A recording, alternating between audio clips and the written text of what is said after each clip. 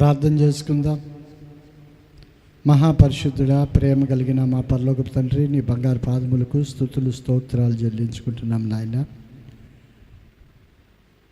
గడిచిన శిలువ ధ్యానాలు అన్నిటిలో కూడా ప్రభా మీరు ముందుండి మహిమకరంగా ఈ ప్రార్థనా కూడికలు జరిగించుకుని ఉన్నారు.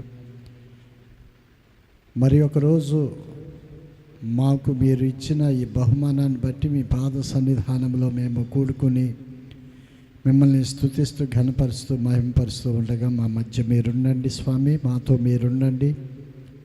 రావాల్సిన ప్రతి బిడ్డను మీరే నడిపించుకునండి నాయన. అవునయ్యా, మా పాటల్లో, వాక్యంలో, ప్రార్థనలో మీరే మహిమ ఘనత ప్రభావాలు పొందుకొనమని, వచ్చిన ప్రతి బిడ్డను నాయన మీ మేలుకరమైన ఆశీర్వాదాలతో నింపమని మా ప్రభు అయిన యేసుక్రీస్తు వారి పుణ్యనామంలో మిక్కిలి వినయముతో బ్రతిమలాడి వేడుకుంటూ ఉన్నాము పరమ తండ్రి. ఆమేన్, ఆమేన్, ఆమేన్.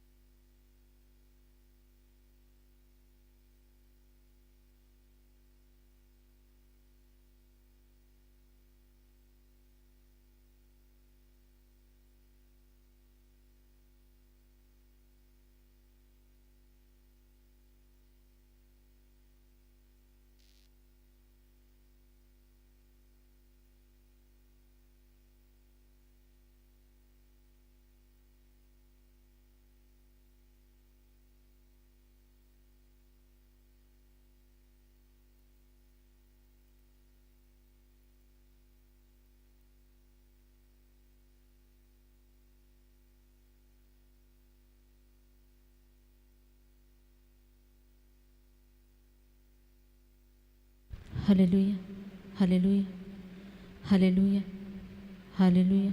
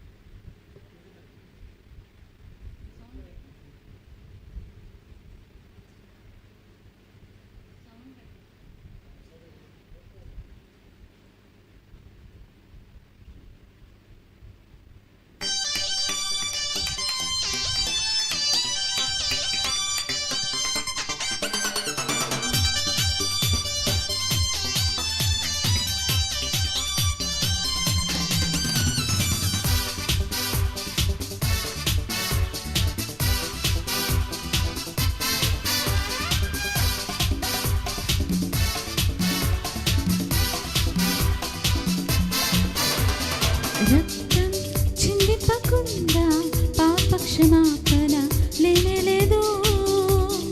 రక్తం చిందింపకుండా పాప క్షమాపణ లేనేలేదు. పరిశుద్ధుడేసు సిలువలోన చిందించెగ పరిశుద్ధ రక్తం.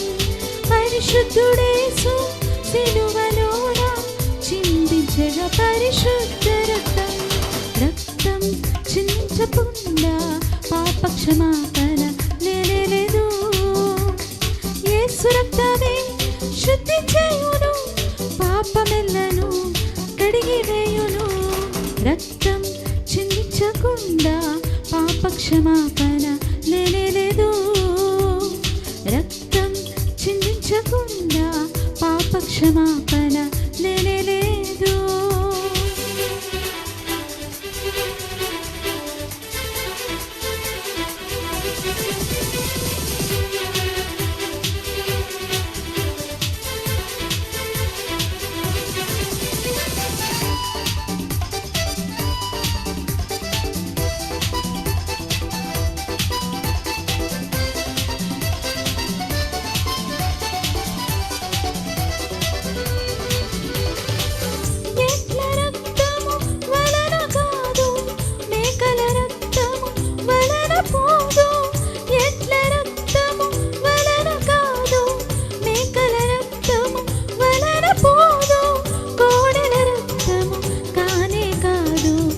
యేసు రక్తమే శుద్ధి చేయు, కోడెల రక్తము కానే కాదు. శ్రీ యేసు రక్తమే శుద్ధి చేయు, శ్రీ యేసు రక్తమే శుద్ధి చేయు. యేసు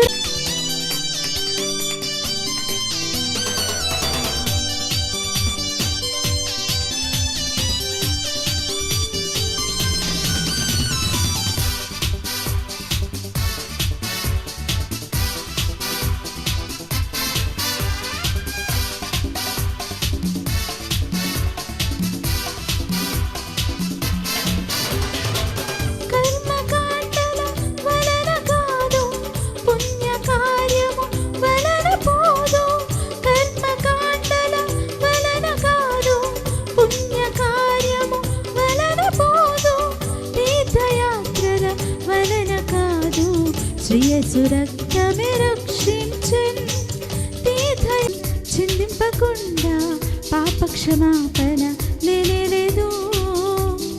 రక్తం చిందింపకుండా పాప క్షమాపణ లేనే లేదు.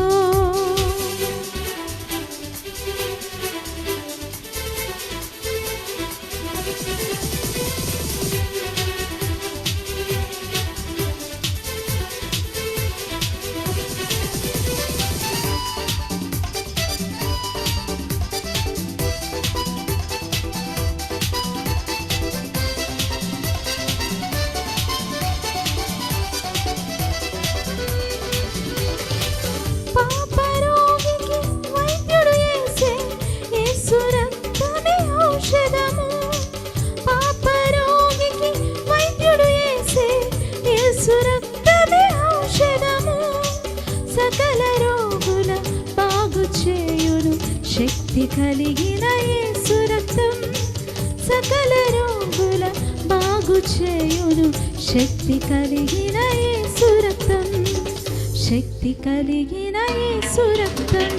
యేసు రక్తమే శుద్ధి చేయును, పాపమెల్లను కడిగి వేయును. యేసు రక్తమే శుద్ధి చేయును, పాపమెల్లను కడిగి వేయును. రక్తం చిందింపకుండా పాప క్షమాపణ లేనే లేదు.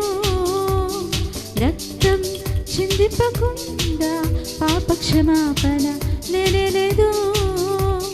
పరిశుద్ధుడేసు సిలువలోన చిందించగా పరిశుద్ధ రక్తం.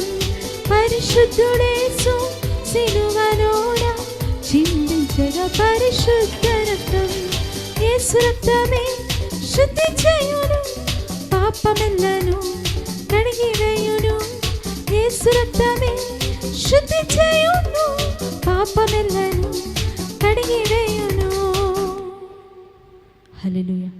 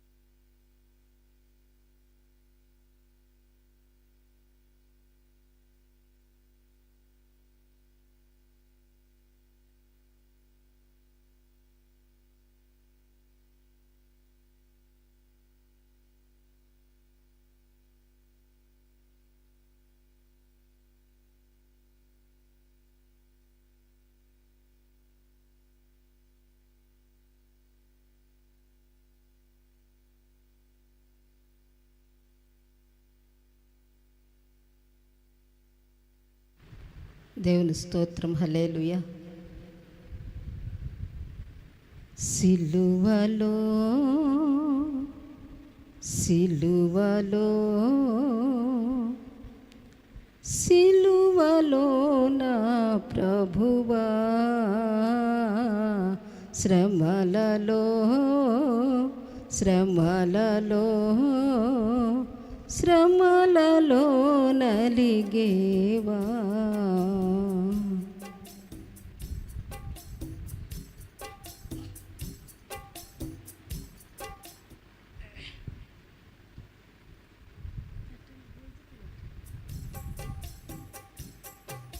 సిలువలో సిలువలో సిలువలో నా ప్రభువా,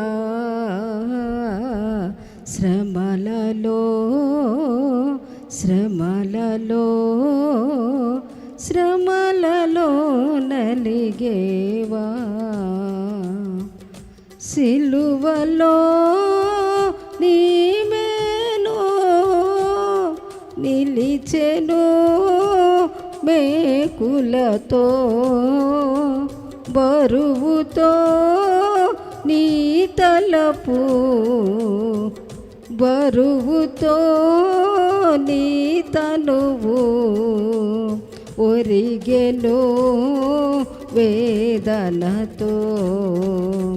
సిలువలో సిలువలో సిలువలో నా ప్రభువా, శ్రమలలో శ్రమలలో శ్రమలలో నలిగేవా.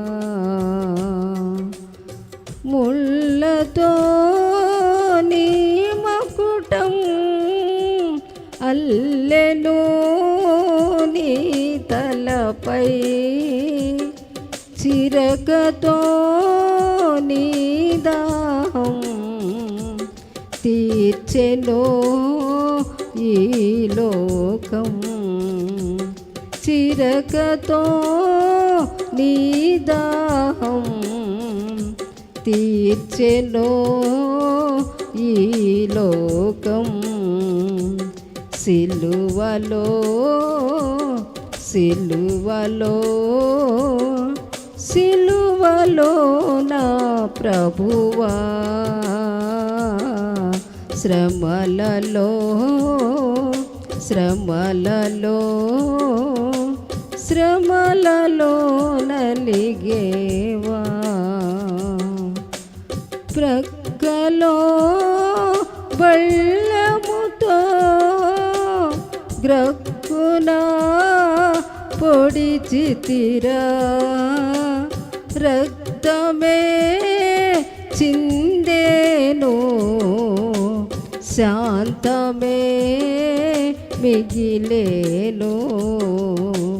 సిలువలో సిలువలో సిలువలో నా ప్రభువా, శ్రమలలో శ్రమలలో శ్రమలలో నలిగేవా. సిలువలో యేసు ప్రభు, శ్రమలలో క్రీస్తు సహా, జాలి లేని మా కోసం ఏలనో ఈ సహనం. జాలి లేని మా కోసం ఏలనో ఈ సహనం. సిలువలో సిలువలో సిలువలో నా ప్రభువా, శ్రమలలో శ్రమలలో శ్రమలలో నలిగేవా. సిలువలో నీమేను నిలిచెను వేదనతో బరువుతో నీ తనువు ఒరిగెను వేదనతో సిలువలో సిలువలో సిలువలో నా ప్రభువా శ్రమలలో శ్రమలలో శ్రమలలో నలిగేవా. హల్లెలూయా.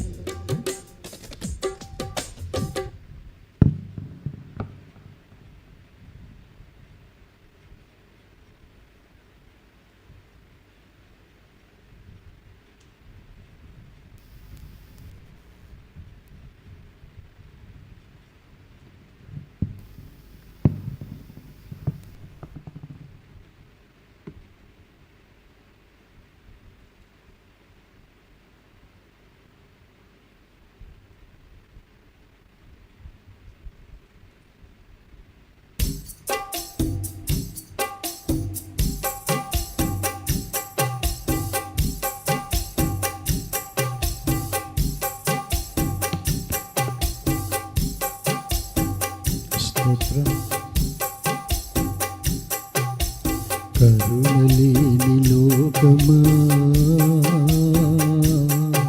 కసాయి లోకమా కసాయి లోకమా కరుణలేని లోకమా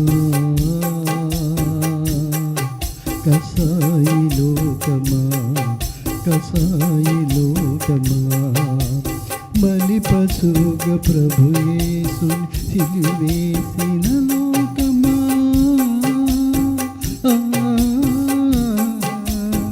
బలి పశుగ క్రీస్తు సిలువేసిన లోకమా కసాయి లోకమా కసాయి లోకమా కసాయి లోకమా కరుణలేని లోకమా కసాయి లోకమా కసాయి లోకమా నిరపరాధి క్రీస్తును అపనిందల పాలు చేసి అన్యాయపు తీర్పును న్యాయముగా గెలిపించి నిరపరాధి క్రీస్తును అపనిందల పాలు చేసి అన్యాయపు తీర్పును న్యాయముగా గెలిపించి పలు బాధల హింసలలో పడదోసిన లోకమా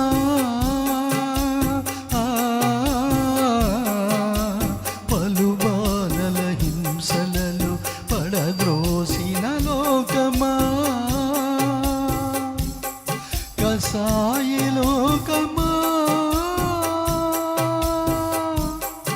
కసాయి లోకమా కసాయి లోకమా కరుణలేని లోకమా కసాయి లోకమా కసాయి లోకమా వీపు మీద సిలువ మోపి వీధులన్నీ తిప్పుచు కొరడాలతో కొట్టుచు గేలి చేసి తిట్టుచు వీపు మీద సిలువ మోపి వీధులన్నీ తిప్పుచు కొరడాలతో కొట్టుచు గేలి చేసి తిట్టుచు ఘోరమైన మరణానికి గురి చేసిన లోకమా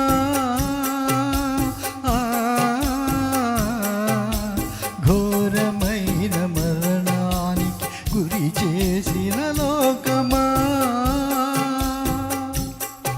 కసాయి లోకమా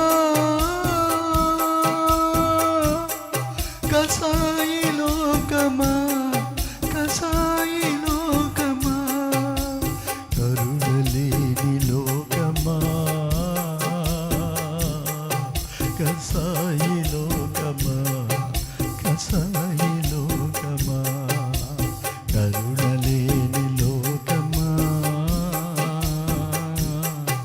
కసాయి లోకమా కసాయి లోకమా.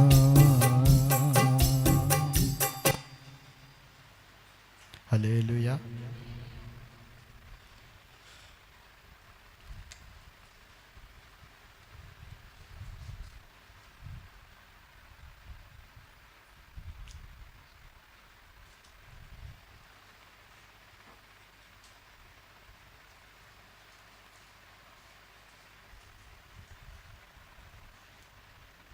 వాక్య భాగంలోనికి వెళ్దాం.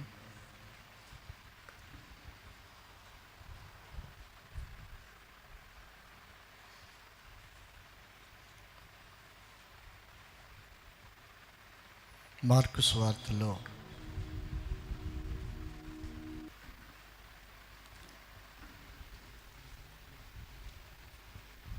మార్కు సువార్తలో 15వ అధ్యాయంలో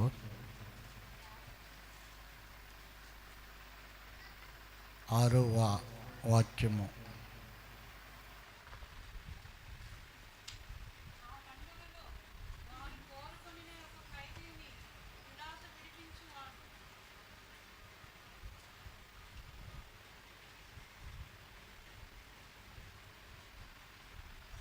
మార్కు సువార్తలో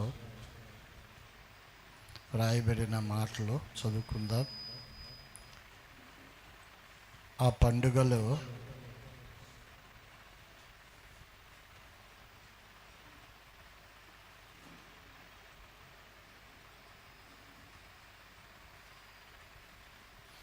వారు కోరుకొనిన ఒక ఖైదీని పిలాతు విడిపించేవాడు అధికారులను ఎదిరించి కలహములో నరహత్య చేసిన వారితో కూడా బంధించబడి ఉండిన బరబ్బా అను ఒకడు ఉండెను.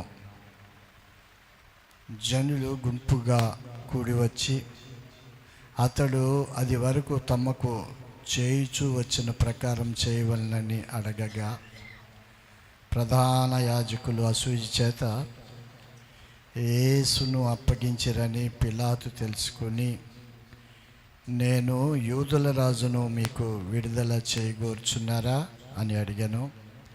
అతడు బరబ్బాను తమకు విడుదల చేయవలనని జనులు అడుగుకొన్నట్లు ప్రధాన యాజకులు వారిని ప్రేరేపించిరి. వాక్య భాగంలోనికి వెళ్ళే ముందర చిన్న ప్రార్థన పాస్టర్ గారు చేస్తారు. ప్రార్థన చేసుకుందాం. కృపా సమృద్ధి కలిగిన మా గొప్ప తండ్రి, సర్వశక్తివంతుడా, మీకు స్తుతులు స్తోత్రాలు నాయన. ఈ యొక్క 40 దినముల ఉపవాస శిలువ ధ్యానాల్లో పాల్గొంటున్న మా అందరినీ కూడా మరి ఇప్పటి వరకు మా పాటల్లో మీరయ్యుండి నడిపించిన విధాన్ని బట్టి మీకు స్తోత్రాలయ్యా. వాక్య భాగంలోకి మేము వెళుతూ ఉండగా నాయన మరి దైవదాసులను మీ యొక్క అభిషేకముతో నింపుకుని మీ సిలువ చాటును మరుగు చేసి మాకు ఈరోజు ఏ వర్తమానం అయితే అవసరమైనదట శక్తివంతమైన వర్తమానంతో మీరు మాతో మాట్లాడమని పరిశుద్ధాత్మ దేవుడా మరి నాయన ఈ విత్తబడే వర్తమానం అందరి హృదయాల్లో నూరంతలుగా ముద్రించండి. రావలసిన ప్రతి బిడ్డను కూడా త్వరపెట్టి నడిపించమని యేసు నామం అడుగుచున్నాం తండ్రి, ఆమేన్. మార్కు సువార్తలు రాయబడిన మాటలు ఇవి. మార్కు సువార్త రాసిన వారు మార్కు. ఆయన ఎంటైర్ జెంటైల్స్ కొరకు రాశారు ఈ మార్కు సువార్త. జెంటైల్స్ అన్ని జనుల గురించి ఈ మార్కు సువార్త రాశారు. ప్రియులారా, మార్కు రాసిన ఈ సువార్తలో చాలా చాలా తక్కువ అధ్యాయాలు ఉంటాయి. లూకా కానివ్వండి, మత్తయి కానివ్వండి, యోహాన్ కానివ్వండి, కొద్దిగా వాళ్ళ వెర్షను డీప్గా ఉంటే ఈ మార్కు మాత్రము ఏది అన్యజనులకు అవసరమో దాని వరకే తీసుకుని రాశారు. అన్యజనులు అంటే ఎవరికో కాదండి, మరి ముఖ్యంగా ప్రాముఖ్యంగా అక్కడ రోమియోల కొరకు ఆ సువార్తను రాశారు. రోమియోలకు మిగతా సువార్తికులు రాసినట్టుగా అంత డీప్గా అవసరం ఉండదు. ఎందుకంటే ఇప్పుడు మత్తయి సువార్తలో మనము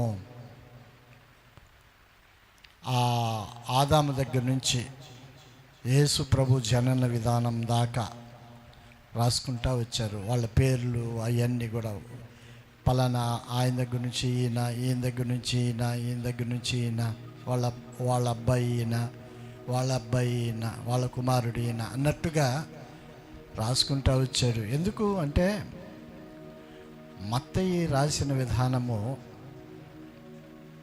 యూదులకు పలానా ఆయన అని అర్థమగు రీతిగా వాళ్ళ అబ్బాయా, ఆయన ఎవరు, వాళ్ళ అబ్బాయా, తుట్ట తుదకు అది ఎక్కడికి వెళ్ళిందంటే దావీదు దాకా వెళ్ళింది. అవునా, దావీదు కుమారుడా అని వాళ్ళకి మాత్రం అది బాగా తెలుసు, ఎందుకంటే యూదులు కాబట్టి. మిగతా వాళ్ళకి తెలియదు, ఎందుకంటే వాళ్ళకి అవసరం లేదు కనుక. యూదులతో పెద్ద సత్సంబంధాలు వాళ్ళకు ఉండవు, రోమియోలకు కానీ మనకు కానీ అన్య దేశస్తులకు కానీ పెద్దగా డీప్ ఇన్ఫర్మేషన్ మనకు తెలియదు, ఎవరి ద్వారా ఎవరు వచ్చారు ఇవన్నీ మనకు అనవసరం. కానీ యూదులకు మాత్రం అన్నీ అవసరమే, ఎందుకంటే వాళ్ళకి లెక్క ఉంటుంది. పత్రం, లెక్క పత్రం అంటారే అట్లా. మనకేంటంటే యేసు ప్రభు వచ్చాడు, ఎందుకు వచ్చాడు, రక్షకుడికి వచ్చాడు. మరి వచ్చిన విధానంలో ఏం చేశాడు, ఇయే మనకు కావాలి. రోమీలకు కూడా అదే కావాలి కనుక కేవలము 16 అంటే 16 అధ్యాయాలు మాత్రమే మార్కు రాశాడు. 16, మిగతా వాళ్ళు 20 దాటిపోయినాయి. కానీ మరి ఎంతో తక్కువ అయినా కూడా ఎక్కువ ఇన్ఫర్మేషను మార్కు ఇవ్వాలి అని అనుకున్నాడు. తాను ఏది చెప్పాలనుకున్నాడో అది చెప్తే చాలు అన్నట్టుగా మార్కు. మిగతా వాళ్ళు ఏంటంటే డీప్గా వెళ్ళిపోవాలి. యోహాను కానీ వీళ్ళందరూ డీప్గా వెళ్ళిపోవాలి, ఎందుకంటే పక్కనే తిరిగారు కదా. కనుక అక్కడ రాయబడిన ఈ మాటల్లోని ఆంతర్యం ఏంటంటే, ఆ పండుగలో వారు కోరుకొని ఒక ఖైదీని పిలాతు విడిపించేవాడు. ఏ పండుగ అది? పస్కా పండుగ దినాలు అవి. పస్కా పండుగ దినాల్లో ఎక్కడెక్కడ ఇజ్రాయిలీలందరూ కూడా వస్తారు.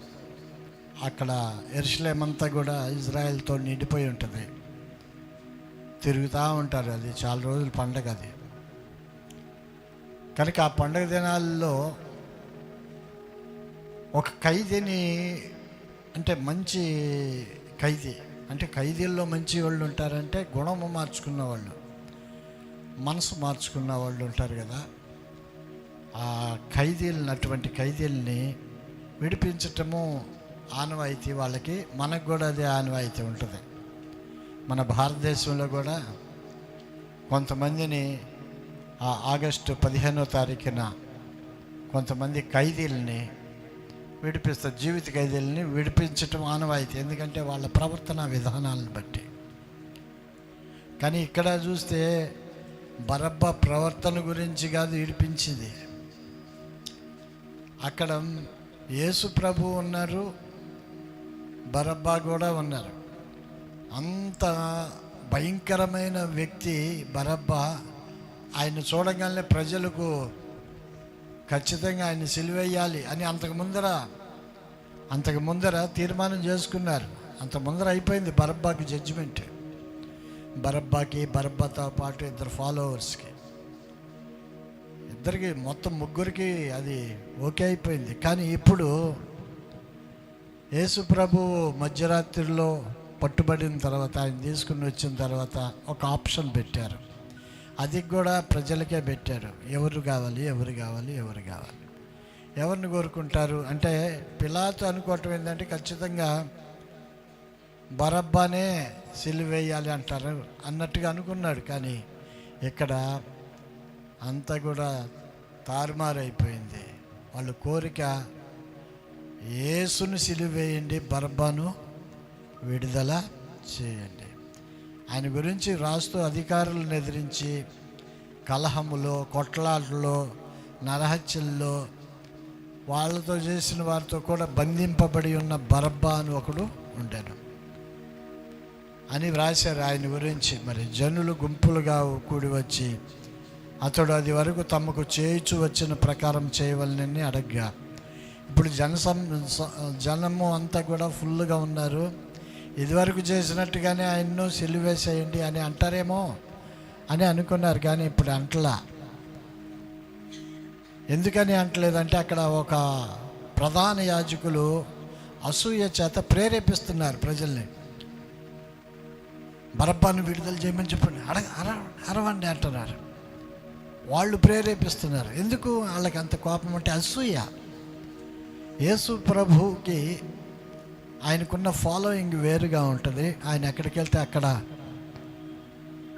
వేల మంది జనులు ఆయన వెనకాలి తిరగటమో వీళ్ళకి తెలుసు.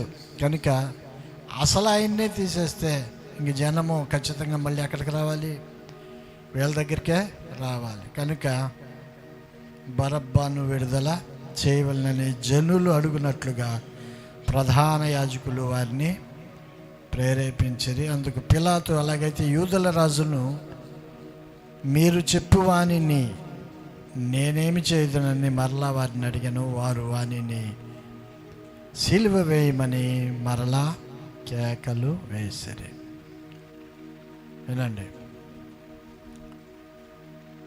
రష్యా దేశంలో ఒకసారి ఒక పాస్టర్ గారిని కొంతమంది తీవ్రవాదుల్ని పట్టుకున్నారు. పాస్టర్ గారు ఆయన ఎందుకంటే రష్యా ఇదివరకు కమ్యూనిస్ట్ దేశం. అది కమ్యూనిస్ట్ దేశం అంటే ఏ దేవుడు అనేవాడు లేడు అనే ఒక సిద్ధాంతం కలిగిన వాడు ఆ దేశస్తులు. దేవుడు లేడు, మనమే దేవుళ్ళు అన్నట్టుగా. మనం ఏది చేస్తే అదే ఇక దేవుడు చేపించినట్టు. దేవుడు అంటూ స్వయంగా ఉండడు అని ఇప్పుడు కూడా చాలామంది దేవుడు లేడని చాలామంది అంటూ ఉంటారు. బైబిల్ ఏం చెప్తుందంటే దేవుడు లేడని బుద్ధిహీనులు తమ మనసులో అనుకుంటారంట. అంటే బైబిల్ యొక్క వ్యాఖ్యానం ఏంటంటే బుద్ధిహీనులు దేవుడు లేడని అంటారు. అలాంటి రష్యా దేశంలో అందరు బుద్ధిహీనులేనంటే దేవుడు లేడు అని అనుకున్న వాళ్ళందరూ బుద్ధిహీనులే. ఈవెన్ ఇండియాలో కానీ ప్రపంచం మొత్తంలో కూడా దేవుడు లేడు అని ఎవరైతే అనుకుంటారో వాళ్ళు బుద్ధిహీనులే. కనుక అటువంటి ఆ దేశంలో బైబిల్ బోధించడానికి ఒక పాస్టర్ గారు వచ్చారు. పాస్టర్ గారు బోధిస్తూ ఉంటే నమ్మకంగా ఏం చేశారంటే ఆ పక్కన వాళ్ళు ఏం చేశారు, ఆయన పట్టించారు. కనుక బైబిల్ బోధించటము లేదా ఏదైనా మతమును గురించి చెప్పటము ప్రభుత్వ దృష్టిలో నేరం. కనుక ఆ వ్యక్తిని మరణశిక్షకు గురి చేయాల్సిందే, ఉరిశిక్ష చేయాల్సిందే. అలా పట్టుకున్న పాస్టర్ గారు జైల్లో ఉన్నారు. అలాగనే ఇంకొక బాగా తీవ్రవాద చర్యలతో ఉన్న ఇంకొక వ్యక్తిని కూడా పట్టుకున్నారు. ఈ పాస్టర్ గారు ఏం చేస్తారంటే రోజు ప్రార్థన చేసుకుంటూ ఉంటాడు. ప్రార్థన చేసుకుంటూ ఉంటే ఆ పక్కన ఉన్నాడే ఆయన నవ్వుకుంటూ ఉంటాడు, గట్టిగా నవ్వుతాడు. ఇక మొదలెట్టాడు, పొద్దునైందిగా ఇక మొదలెట్టాడు ప్రార్థన అన్నట్టుగా. ఏం పట్టించుకోవట్లేదు పాస్టర్ గారు. అయ్యా నా పక్కనున్న ఈ వ్యక్తిని కూడా మార్చయ్యా అని ప్రార్థన చేస్తూ ఉన్నారు. ఆయన ఇంకా గట్టిగా నవ్వుతూ ఉంటే ఈయన ప్రార్థన ఆపలేదు. ఒకానొక సందర్భంలో రష్యా దేశంలో ఒక తీర్మానం ఏంటంటే, కొంతమంది మంచి ఖైదీలను మంచిగా మారు అంటే మనస్సు మార్చుకున్న వాళ్ళు ఉన్నారే, వాళ్ళని విడుదల చేయాలని ఒక తీర్మానం వచ్చింది. ఆ లెటర్ రాగానే అందరు కూడా ఆసక్తితో ఎదురు చూస్తున్నారు. నా పేరేమన్నా వచ్చిందేమోనని అందరు ఎదురు చూస్తూ ఉన్నారు. అలాగనే ఈ పక్కనున్న ఈ కిరాతకుడు కూడా ఆయన ఎదురు చూస్తున్నారు. పక్కనున్న పాస్టర్ గారు కూడా ఎదురు చూస్తూ ఉన్నారు. పాస్టర్ గారి పేరు వచ్చింది, కానీ ఆ వ్యక్తి పేరు రాల. విడుదల లిస్టులో ఎవరి పేరు వచ్చింది? పాస్టర్ గారి పేరు ఆటోమేటిక్గానే వచ్చింది, ఎందుకంటే అతను మంచోడే కనుక. ఇక తీవ్రమైన రేపు తీవ్రమైపోయింది. గుండె పగిలేలాగా ఏడుస్తున్నాడు ఆ వ్యక్తి. ఎందుకంటే అప్పుడు దాకా కొద్దిగా గుండె ధైర్యంతో ఉన్నా రేపే ఊరి అనేసరికి గట్టిగా ఏడుస్తున్నాడు. పాస్టర్ గారు ఆయన దగ్గరికి వెళ్ళి, ఏమైంది అంత గట్టిగా ఏడుస్తున్నావు అని అన్నారు. ఏమి లేదు, నాకు 2 చిన్నపిల్లలేనయ్యా, వాళ్ళకేం భవిష్యత్తు నేను చూపెట్టలేదు. ఏదో గుడ్డిగా కొన్ని సిద్ధాంతాలకు నేను లోబడి ప్రభుత్వం మీద తిరుగుబాటు చేశాను. నా పేరు వస్తుందేమో అనుకున్నాను, కానీ నా పేరు లిస్టులో లేదు. మీ పేరు వచ్చింది. పోనీలేండి, మన ఇద్దరిలో ఎవరో ఒకళ్ళు బయటికి వెళ్తారు అని ఏడుస్తానని చెప్తా ఉన్నాడు. అప్పుడు ఆ పాస్టర్ గారు అన్నారు, అయ్యా నేను ఒక మాట చెప్తాను, నువ్వు ఇంటికి వెళ్ళాలని నిజంగానే ఉందా అంటే, నిజమేనండి, నాకైతే చావాలని లేదు అని అంటే, పాస్టర్ గారు అన్నారు, సరే నీ తరపున నేను చచ్చిపోతాను, నీ పేరు పిలవగానే నేను వెళ్తా ఉరి కంబం దగ్గరికి. వాళ్ళు నీ పేరున నన్ను ఊరేస్తారు, నువ్వు బయటికి వెళ్ళిపోవచ్చు నా పేరున అన్నాడు. బయటికి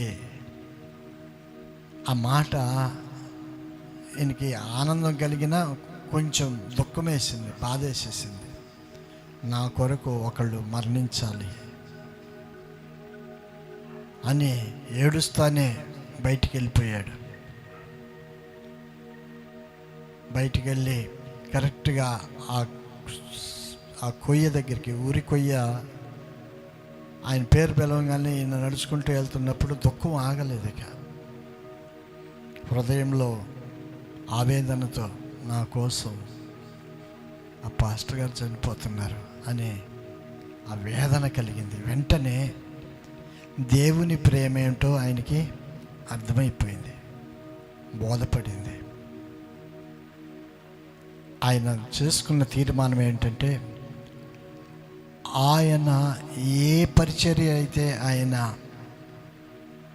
ఆపేస్తున్నాడో ఆ పరిచర్యను నేను కొనసాగిస్తాను. స్తోత్రం, హల్లెలూయా. నేను ఆయన తరపున పరిచర్యల్లో నేను పాల్గొంటానని పూర్తిగా మారిపోయిన అనుభవంలో దేవుని ప్రేమ ఎలా ఉంటుందా, ఒక మనిషి కోసం అతని రక్షణ కొరకు చావటానికి కూడా సిద్ధపడి వెళ్ళిపోతున్నాడు ఈ పాస్టర్ గారు. ఫస్ట్ ఏమన్నా పిచ్చా అనుకున్నాడు, కానీ ఆయన ప్రేమ అర్థమైపోయింది. ప్రియులారా, ఆలోచన చేయండి. ఆ వ్యక్తి అనుకున్నాడు, ఆ పాస్టర్ గారు లేకపోతే నేనేమైపోయేవాడినో అని చాలా చాలా బాధతో ఉన్నాడు. యేసు ప్రభువుని విడుదల చేసిన తర్వాత, యేసు ప్రభువుని సిలువకు అప్పగించిన తర్వాత, బరబ్బాను విడుదల చేసిన తర్వాత, యేసు ప్రభు సిలువ మీద వేలాడుతూ ఉన్నప్పుడు బరబ్బా పరిగెత్తుకుంటా వచ్చి ప్రభు అనుకుంటా అక్కడికి వచ్చి ఆయన వైపు అలా చూశాడు. ఆయనే కనుక లేకపోతే నేను చనిపోయేవాడిని. ఆయన చనిపోతూ నాకు బ్రతుకునిచ్చాడు.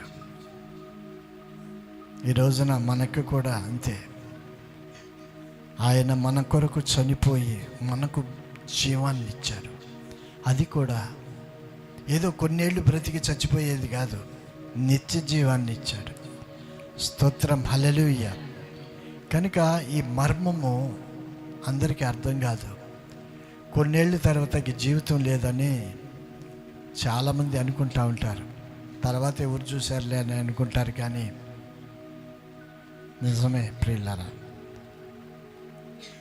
చనిపోయిన తర్వాత ఒకవేళ అనే ఒక ప్రశ్న మీరు వేసుకుంటే, నేను పరలోకానికి వెళ్తానా నరకానికి వెళ్తానా అని మీలో మీరే ఒక ప్రశ్న వేసుకుంటే సమాధానము కూడా మీ దగ్గర నుంచే వస్తుంది. ఎవ్వరు చెప్పాల్సిన అవసరం లేదు. యేసు ప్రభు అంతగా మన కొరకు తన ప్రాణాన్ని పెట్టి ఆఖరి రక్తపు బొట్టు వరకు కూడా మన కొరకు కార్చి, మన పాపములు మన దోషములన్నిటినీ భరించి పరిశుద్ధమైన జీవితానికి ఇవ్వటానికి ఆయన తనకు తానుగా పానార్పణమయ్యాడు. స్తోత్రం, హల్లెలూయా. ఒకసారి ఏమైందంటే, ఒక తల్లి చక్కటి కూతురు, చాలా చక్కటి కూతురు, కానీ తల్లి వికృతంగా ఉంది. అంతా కూడా ముఖమంతా కూడా అదో రకంగా ఉండేది. తల్లి ఏం చేసేదంటే, ముఖానికి గుడ్డ కప్పుకొని కూతురికి ఇలా కనపడితే భయపడుతుంది అని గుడ్డ కప్పుకొని తిరుగుతూ ఉండేది. ఒక రోజున వాళ్ళ కూతురు అడిగిందమ్మా, ప్రతిరోజు గుడ్డ కట్టుకుని తిరుగుతావేంటి ముఖమంతా, ఒకసారి చూడనివ్వమ్మా అంటే వద్దులమ్మా అంటా ఉండేది. ఈ కూతురు కాన్వెంట్ స్టడీస్కి వెళ్ళిపోయింది, కాలేజీకి కూడా వెళ్ళిపోయింది. కాలేజీలో ఫ్రెండ్స్ సర్కిల్ పెరిగిపోయింది. ఫ్రెండ్స్ ఇళ్ళకి రావటం మొదలుపెట్టారు. ఆ ఫ్రెండ్స్ వచ్చే టయానికి ఈమె కూతురు లేదు కదా అని ముఖానికి ఉన్న గుడ్డ తీసేసి మామూలుగానే తిరిగి పని చేస్తుంది. హఠాత్తుగా ఆమె ముఖం చూసి భయపడిపోయింది. మొత్తం కాలిపోయి ఉంది ఇదంతా. అటువంటి స్వరూపాన్ని ఎప్పుడు చూడలేదు ఆమె. వంటలు ఇవన్నీ కూడా బలి చేస్తుంది ఆమె. ఆ మాట చెప్పి ఫ్రెండ్స్ని తీసుకొచ్చింది. ఈరోజు మా అమ్మ వండినా అన్నట్టుగా వాళ్ళు కూడా వచ్చారు. ఆమెను చూసేసరికి, అమ్మను చూసేసరికి, చీ ఏంటి ఎలాగైపోయింది, ఎలాగుంటుందా నా తల్లి అని, అమ్మా మా ఫ్రెండ్స్ బయట ఉన్నారు, నువ్వు రాబాక, బయటికి రావద్దు, ఏంటి అని తీసుకుని ఆమె వడ్డిస్తూ ఉంది వాళ్ళ కూతురు. వాళ్ళు అంటారు, మీ అమ్మని ఒకసారి చూద్దామని మేము వచ్చింది, ఇంత మంచి మంచి వంటలు మీ అమ్మ నీకు చేసి పెడుతుంది కదా, ఒకసారి చూద్దామని మేము వచ్చింది అందుకే అని అంటే, వద్దు మా అమ్మ ఇప్పుడు లేదు అని అంటుంది ఆమె. లోపల ఒక వ్యక్తి తిరుగుతున్నారు కదా అని అంటే, ఆమె మా పని మనిషి. ఏమని చెప్పింది? మా పని మనిషి. అవునా, మా అమ్మ మామూలుగా ఇప్పుడు నేను ఎట్లా ఉన్నాను అంతకంటే బాగుంటుంది మా అమ్మ అని చెప్తా ఉంది. ఆ పక్కన మూలన నించుని ఏడుస్తూ ఉంది వాళ్ళమ్మ. ఆఖరికి పని మనిషి అనే పదాన్ని వాళ్ళమ్మకి వాడటం ఆమె భరించలేకపోయింది. ఆ వేదన ఆమె హృదయంలో అలాగే ఉంది. ఇక ప్రతిరోజు కూడా ఆమె ఎదురుపడుతుంటే నువ్వు రావద్దు అని బహునీచంగా మాట్లాడుతూ ఉండేది. ఆ వేదనకి ఒకానొక రోజున గుండె బాధతో చనిపోయింది ఆమె. అప్పుడు అక్కడికి వచ్చిన వాళ్ళందరూ కూడా నీ కొరకే ఆమె అట్ట అయిపోయింది, నీ కొరకే కాలిపోయింది ఆమె. అవునా, నా కొరక? ఎందుకు కాలిపోయింది అని అడిగితే, ఆ రోజుల్లో మంటలో చిక్కుకుపోయి నువ్వు ఉయ్యాల్లో ఉండిపోయావు, మేమేమో నీళ్ళకెళ్ళింది, వచ్చేసరికి మంటలో కాలిపోతుంది, నువ్వు చచ్చిపోతావేమోనని భయంతో ఆమె ఏం చేసిందంటే నిన్ను ఒళ్ళో పెట్టుకొని ఆమె బయటికి పరిగెత్తుకుంటా వచ్చేటప్పుడు ఆమె ముఖం కాలిపోయింది, కానీ నిన్ను కాలనివ్వలేదు. అనగానే నా కొరకు వికృత ఆకారంగా అయిపోయిన మా అమ్మని ఎంత బాధ పెట్టానని ఏడవటము ప్రారంభం చేసింది. మన కొరకు ఎంతో సుందరుడైన ధవళవర్ణుడైన మన దేవుడు రత్నవర్ణుడిగా మారిపోయాడు. యెషయా గ్రంథంలో ఉంటుంది, చదువుదాం.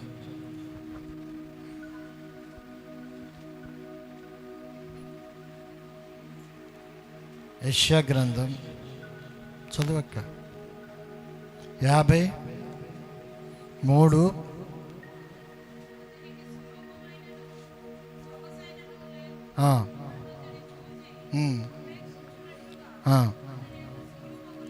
చూడండి, లేత మొక్కవలను ఎండిన భూమిలో మొలిచిన మొక్కవలను అతడు ఆయన ఎదుట పెరిగెను. లేత మొక్కలాగా చాలా సుకుమారంగా యేసునాథుడు ఉన్నాడు. అతనికి ఇప్పుడేమైందంటే స్వరూపము లేదు, స్వరూపం అంతా కూడా పోయింది, సొగసైనను లేదు. మనము అతన్ని చూచి అపేక్షించున్నట్లుగా అతని యందు స్వరూపము లేదు. ప్రియులారా, యేసు ప్రభు యొక్క శిలువ ధ్యానాల్లో మనముంటూ ఉన్నాం. యేసు ప్రభు బొమ్మలు మామూలుగా బయట పెడతారు, చూస్తూ ఉంటాం కూడా. ఏదో అక్కడొక చుక్క, అక్కడొక చుక్క, అక్కడొక చుక్క, రక్తపు చుక్కలు కనపడతా ఉంటాయి. ఊరకనే ముళ్ళ కిరీటం ఉంటుంది, అక్కడొకటి ఊరకనే కనపడతా ఉంటుంది. కానీ అలాగుండదు. అస్సలు ఆయన ముఖమంతా కూడా రక్తధారలతో అయిపోయింది. కారణము, ముళ్ళ కిరీటం అమాంతంగా అలా పెట్టేసి ఒక చిన్న అంత బండలాంటి కర్రతో అలా కొట్టారు. లోపలికి వెళ్ళిపోయినాయి ముళ్ళన్నీ కూడా, చాలా బలంగా వెళ్ళిపోయినాయి లోపలికి. ఆ బాధను మన కొరకే భరించాడు. ఎంతో తీవ్రమైన బాధ అది. అప్పటికే ఆయన 12ంటికి ఆ టైంలో పట్టుబడ్డాడు.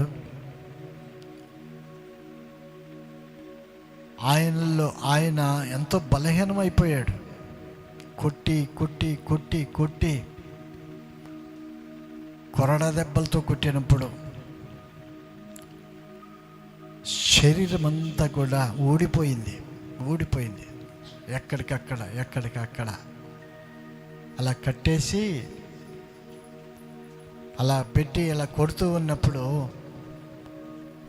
ఆ గాలాల్లాంటి ఆ ముళ్ళు, ఎముకలు ఆయన శరీరంలోనికి చొచ్చుకొని పోయి లోపలికి అలా లాగుతుంటే అదంతా ఫ్లెషే, అలా అంతా కూడా బ్లడ్డే, రక్తము అంతా కూడా అదంతా ధారలుగా పారినట్టుగా మనము లేఖనాల్లో చూస్తూ ఉంటాం.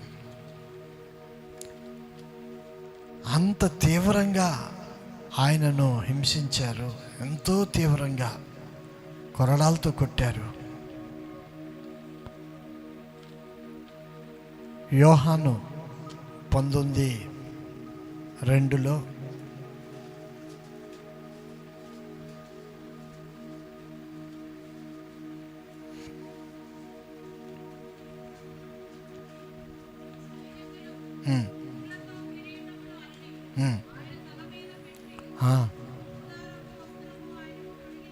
చూడండి ఎంత సింపుల్గా ఉంటుంది ఈ మాట చదువుతున్నప్పుడు.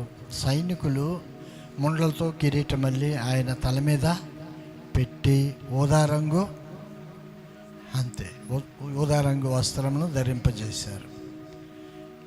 మామూలుగా చాలా సింపుల్గా ఉంటుంది ఈ మాట, కానీ లోపలికి వెళ్తే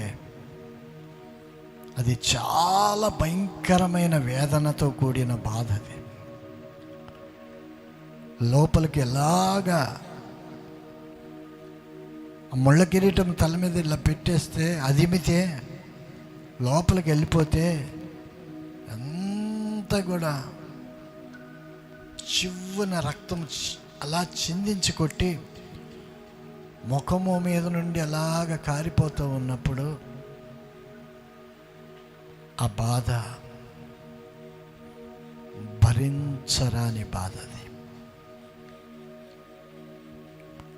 అందుకనే బాప్తిస్మం ఇచ్చే యోహాను కూడా ఆయన అంటాడు, ఇదిగో లోక పాపములను మోసుకొని పోవు దేవుని గొర్రెపిల్ల. మరి అది కూడా, ఆ సెంటెన్స్ కూడా చాలా సింపుల్గా ఉంటుంది. మనము చదువుతున్నంత సింపుల్గా ఉంటుంది అది. లోక పాపములను మోసుకొని పోవు దేవుని గొర్రెపిల్ల అంటే మామూలుగానే ఉన్నట్టుగా ఉంటుంది, కానీ అలా మోసుకుపోవాలంటే, ఆ పాపములన్నీ కూడా ఆయన మీద పడాలి అంటే, పాపములన్నిటినీ మోసుకుని ప్రతి ఒక్కరి పాపములను తీసివేయాలంటే ఎంత శ్రమ పడాలో, ఎంత హింసించబడ్డాడో, ఎంత తీవ్రమైన శిక్షకు ఆయన గురి కాపాడ్డాడో మనం చదువుతున్నంత సింపుల్ కాదు. అది చాలా కష్టము దానిలో ఉంది, చాలా కష్టం. బరబ్బా అందుకనే అక్కడి నుంచి చూస్తూ ఆయన అన్న మాట ఏంటంటే, ఈ యేసు లేకపోతే, ఈ యేసు లేకపోయి ఉంటే నేను ఈ సమయంలో సిలువలో వేలాడేవాడిని అని మనస్సులో కుమిలిపోయాడు. ఒకరి కొరకు ఒకరు చావాల్సి వచ్చింది, అందరి కొరకు ఒక్కరే చావాల్సి వచ్చింది. ఆ ఒక్కరు కూడా దేవుడే చనిపోవాల్సి వచ్చింది. స్తోత్రం, హల్లెలూయా, హల్లెలూయా. వాస్తవంగా ఆలోచన చేయండి, బరబ్బా యొక్క మనసులో ఉన్న తలంపులు, నా చేతులకు గుచ్చబడవలసిన మేకులు ఆయన చేతులకు గుచ్చబడ్డాయి. నా కాళ్ళకు మేకులు కొట్టాలి, కానీ నాకు బదులుగా ఆయన కాళ్ళకు మేకులు కొట్టారు. అలా ఆలోచిస్తూ ఉన్నప్పుడు హృదయం అంతా కూడా ద్రవించిపోయింది. నా శరీరం అంతా కూడా రక్తసిక్తం అవ్వాలి, కానీ నాకు బదులుగా ఆయన రక్తసిక్తుడైపోయాడు.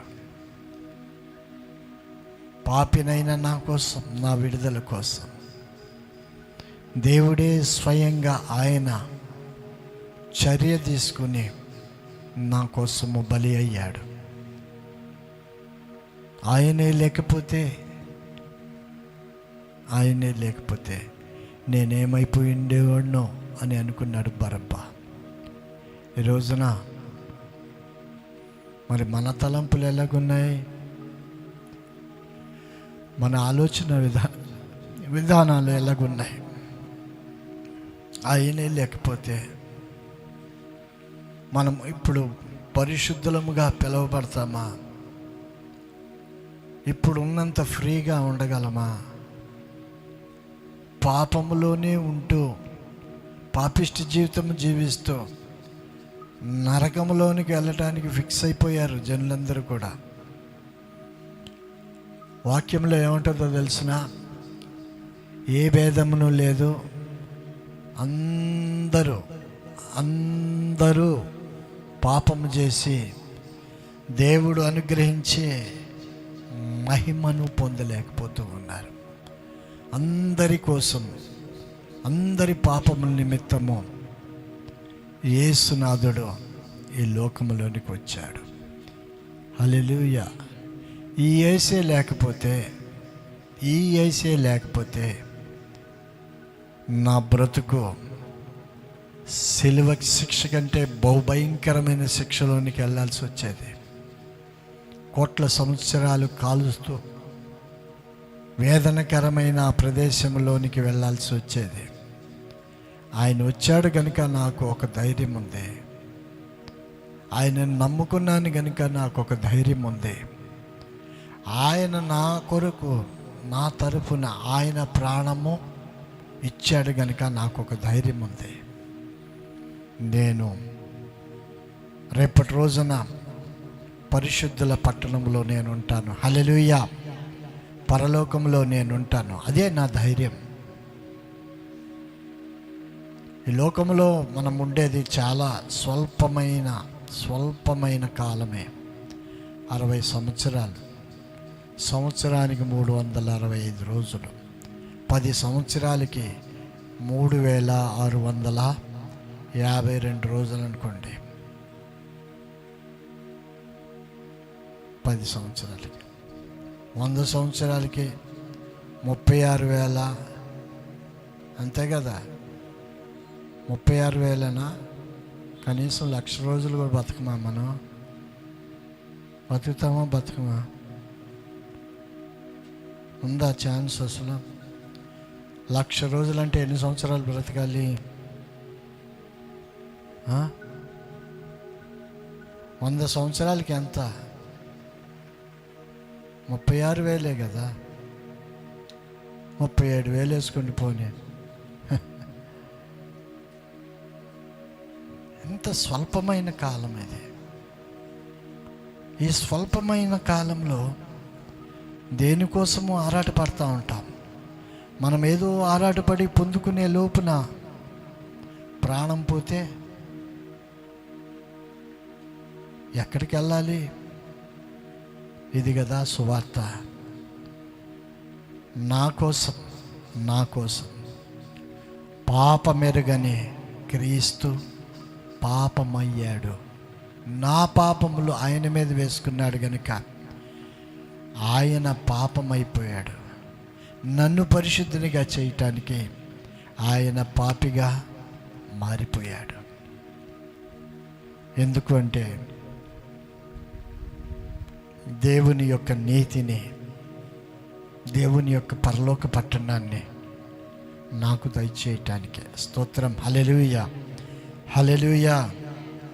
నా కోసం అని ఎప్పుడైనా మీరు ప్రశ్న వేసుకున్నారా? సిలువ ధ్యానాల్లో ఉన్నంత కాలము కూడా సిలువను గురించిన వార్త వింటున్నప్పుడు ఈ 40 రోజులు మాత్రమే ఆయన గురించి ధ్యానం చేస్తూ, ఆయన సిలువ రక్తమును గురించి, సిలువలో ఆయన పడిన శ్రమల గురించి ధ్యానం చేస్తూ 40 రోజులు అయిపోయిన తర్వాత ఇక మామూలుగానే తిరుగుతూ ఏం పట్టనట్టుగా మళ్ళీ యథావిధిగా ఆ పాప పంక్యంలోనే దానిలోనే బ్రతుకుతూ క్రీస్తు యొక్క శిలువ రక్తమును అపవిత్రపరిచేటట్లుగా మన యొక్క తలంపులుంటూ, మన యొక్క నడక అపరిశుద్ధంగా ఉంటూ, ఏదో 4 రోజులు భక్తి చేసామన్నట్లుగా ఒకవేళ ఉంటున్నారేమో. క్రైస్తవ్యం అనేది జీవితాంతము కూడా పరిశుద్ధంగా ఉండవలసిన ఒక నియమం, అది ఒక నిబంధన. హల్లెలూయా. మనము నిబంధన జనులం. మనము నిబంధన జనులం. మనము ఆయన నిబంధనలో ఉన్నాం. మనల్ని నిబంధన జనులుగా చేయటానికి ఆయన యొక్క నిబంధన రక్తము మన కొరకు కార్చారు. హల్లెలూయా, హల్లెలూయా. కనుక క్రీస్తుని గురించి చెప్తూ ఉన్నప్పుడు లేఖనాలు ఏమంటాయంటే, అతిక్రమము చేయువారిలో ఆయన ఒకనిగా ఎంచబడ్డాడు అని వ్రాయబడి ఉంటుంది. అంటే నాకు నిత్య జీవము దయచేయటానికి ఆయన మన కొరకు, నా కొరకు అతిక్రమము చేశాడు. అందుకనే ఆయనకు అంత శిలువ శిక్ష పడింది అని జనులందరూ ఆయనను దూషించేలాగున శిలువలో అందరూ చూస్తుండగానే ఆయన ప్రాణము విడిచాడు. నా కోసం ఆయన దరిద్రుడై ఈ లోకంలోనికి వచ్చాడు. పరలోక పట్టణంలో ఉండవలసిన దేవాది దేవుడు, తండ్రి కుడి పార్శ్వమున కూర్చుండవలసిన వాడే, మహిమోన్నతుడైన దేవుడే. కానీ నా కొరకు ఆయన తనను తాను తగ్గించుకుని ఈ లోకములోనికి వచ్చాడు. నేల మట్టుకు తగ్గించుకున్నాడు. నేల మట్టు. పరలోక పట్టణంలో ఉండవలసిన నా దేవుడు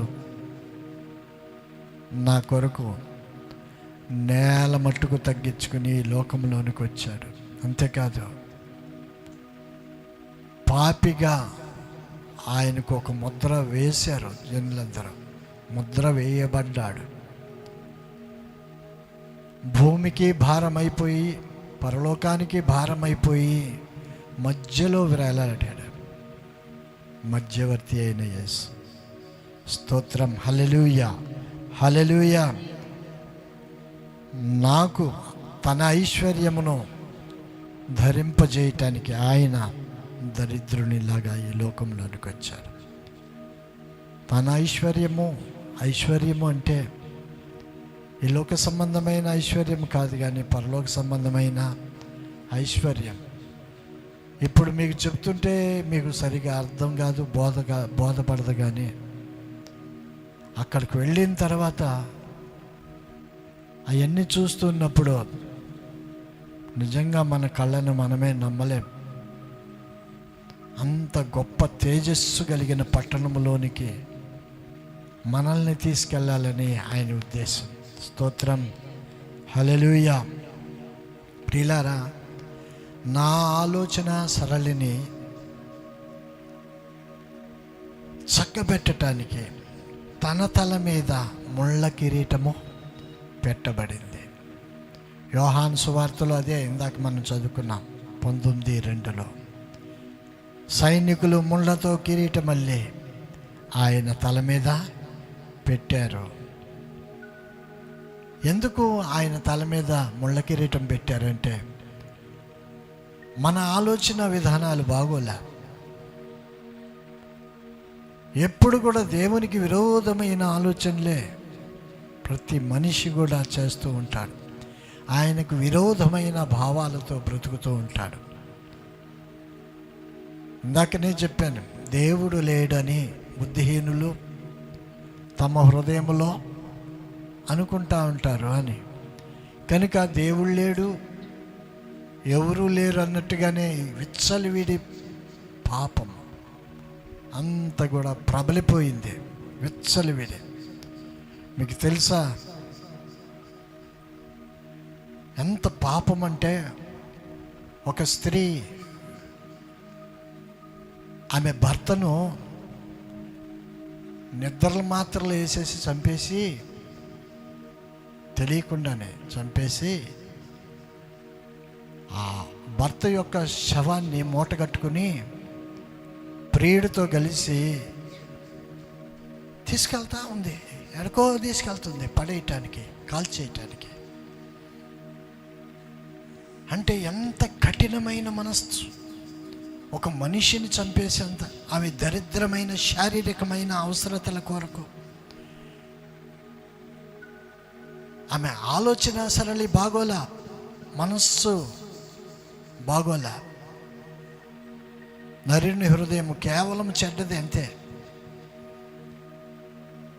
భర్త ఒక ప్లాన్ చెప్పాడు, ఈమె అమలు పరిచేసింది, చచ్చిపోయాడు. తీసుకెళ్ళిపోయి మూట కట్టుకుని వెళ్ళి కాల్స్తూ ఉంటే ఆ వాసనకి వీళ్ళు ఏదో బ్యాడ్ స్మెల్ వస్తుందని అక్కడికి వచ్చారు. వాళ్ళిద్దరు అక్కడ ఉన్నారు. ఏం కాలుస్తున్నామంటే అప్పటికే కాళ్ళు చేతులు అట్ట బయటకు వచ్చేసి ఉన్నాయి. శవాన్ని కాలుస్తున్నారు. పోలీసులకి చెప్తే వాళ్ళు వచ్చి వాళ్ళిద్దరిని తీసుకుని వెళ్ళిపోయారు. చెప్తున్నాను, ఒక భర్త భార్యను ముక్కలు ముక్కలుగా నరికేసి కుక్కర్లో పెట్టి వండేశాడంట. ఎంత భయంకరమైన విషయం. అసలు చంపిన తర్వాత వాడు కూర్చుని ఒక్కొక్క ముక్క కట్ చేస్తా. ఏంటి ఆ తీవ్రవాద చర్య? మనిషి యొక్క పాపము ఎంత ప్రబలిపోయిందో ఆలోచన చేయండి. హద్దులు దాటిపోయింది.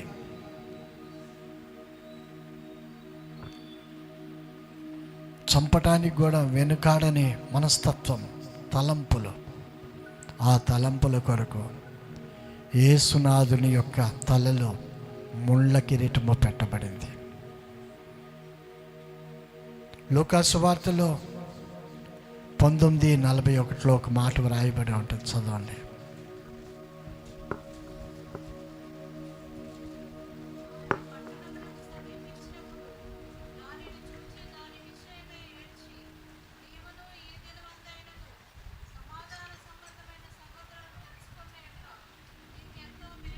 చూడండి, యేసు ప్రభు వారు యెరూషలేము పట్టణంలోనికి వెళ్తూ ఉంటారు. ఆ పట్టణం వైపు చూసినప్పుడు బాధ, మనస్సులో తీవ్రమైన బాధ. ఎంత స్వార్థ చెప్పినా, ఎంత దేవుని యొక్క వర్తమానాలు వాళ్ళకి బోధించినా, ఎన్నో అద్భుత కార్యాలు వాళ్ళకి చేసినా, ఎన్నో ఆశ్చర్య కార్యాలు వాళ్ళ మధ్యలో జరిగించినా, అద్భుతకరుడు, ఆలోచనకర్త అయినటువంటి దేవుడు వాళ్ళ మధ్యలో సంచరిస్తూ ఉన్నా కూడా పట్టి పట్టనట్టుగా తిరుగుతూ ఉన్నారు యెరూషలేము ప్రజలు. ఏముందిలే అన్నట్లుగా తిరుగుతూ ఉన్నారు. ఎన్ని అద్భుతాలు చేసినా వీళ్ళకు మార్పు రాలేదే. ఎన్నో కార్యాలు చేశాడు. చనిపోయిన వారిని సైతం లేపాడు. పట్టణము మారలా, ఆ దేశమే మారలేదు. మన జీవితాల్లో కూడా ఎన్నో అద్భుతాలు చేశాడు కదా. చేశాడా? చేయలేదా? ఎన్నో చేశాడు. చావుకు సమీపమైనప్పుడు, మరణములోనికి వెళ్ళిపోతూ ఉన్నప్పుడు, అగాధములోనికి వెళ్ళిపోతూ ఉన్నప్పుడు, ఇక లేను నేను అని అనుకున్నప్పుడు, నీ కొరకు నేనున్నాను అని వచ్చిన యేసునాథుడు నీకు బ్రతుకునిచ్చి, నీ జీవితాన్ని చక్కపరిచి, పరిశుద్ధతను ఆపాదించి, నీవు పరిశుద్ధుడివి, నా కొరకు బ్రతకాలి అని ఆయన అంటే, ఇంకా అపవిత్రమైన కార్యాల్లోనే ఉంటూ, శరీర ఇచ్చలకు లోబడిపోతూ, ఈ శరీరానికి ఇచ్చే ప్రాముఖ్యత ఆత్మకి ఇవ్వకుండా విచ్చలవిడిగా జీవిస్తున్న ప్రజలు, విచ్చలవిడిగా యేసుని ఎరిగిన వారే అలా జీవిస్తూ ఉంటే, ఆయన మన కొరకు కన్నీరు కారుస్తూ ఉన్నాడు. ఎన్ని అద్భుతాలు చేశాను వీళ్ళ జీవితంలో, ఇంకా మార్పు రాలేదు. ఇంకా అసహ్యమైన కార్యాలు చేస్తూనే ఉన్నారు. మార్పు ఎప్పుడు వస్తుంది? ఇంకెప్పుడు మనము ఆయన్ని అర్థం చేసుకుంటాం? ఆయన ప్రేమను ఎప్పుడు అర్థం చేసుకుంటాం చెప్పండి? అర్థం చేసుకోకుండా ఏదో యేసుప్రభు నా కొరకు సెలువులో మరణించాడండి, నా కొరకు ప్రాణం పెట్టాడు, ఈ సింపుల్ వర్డ్స్ కాదు. ఆ త్యాగాన్ని మనం అర్థం చేసుకోవాలి. నా కొరకు నా దేవుడు మరణించకపోతే నేను నరకంలో ఉండేవాడిని. ఆయన చనిపోయి కూడా నీ గురించే ఆలోచిస్తూ ఉన్నాడు, కన్నీరు కారుస్తూ ఉన్నాడు. నేను ఇంత త్యాగం చేసినా, ఎన్నిసార్లు గుర్తు చేసినా ఇష్టానుసారంగా జీవిస్తూ ఉన్నారు. ఏం చేయాలి వెళ్ళి? అందుకని ఆయన అంటాడు, నేను వచ్చే సమయంలో అసలు విశ్వాసము జనుల్లో నేను చూస్తానో లేదో అని డౌట్గా మాట్లాడాడు. డౌట్ పడతా ఉన్నాడు. విశ్వాసులు ఉండరా? అంత మూర్ఖంగా తయారైపోతారా మనుషులు? కనీసం ఆయన చేసిన మేళ్లను కనీసం మదిలో కూడా తలంచుకోకుండా ఎలాగ ఉండగలరో అని యేసు ప్రభు ఆలోచిస్తూ ఉంటాడు. అందుకనే కీర్తనలో 116:12 ఒక మాట వ్రాయబడి ఉంటుంది.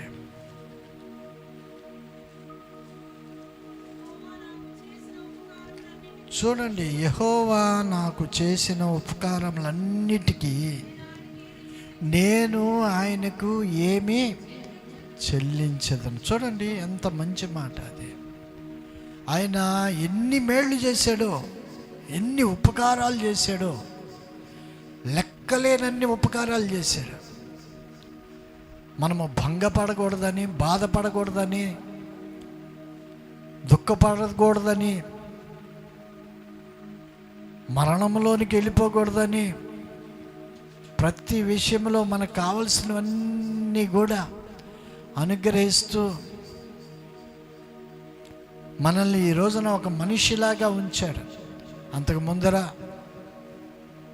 ముందర అదో రకమైన జీవితం, భ్రష్టమైన జీవితం అది.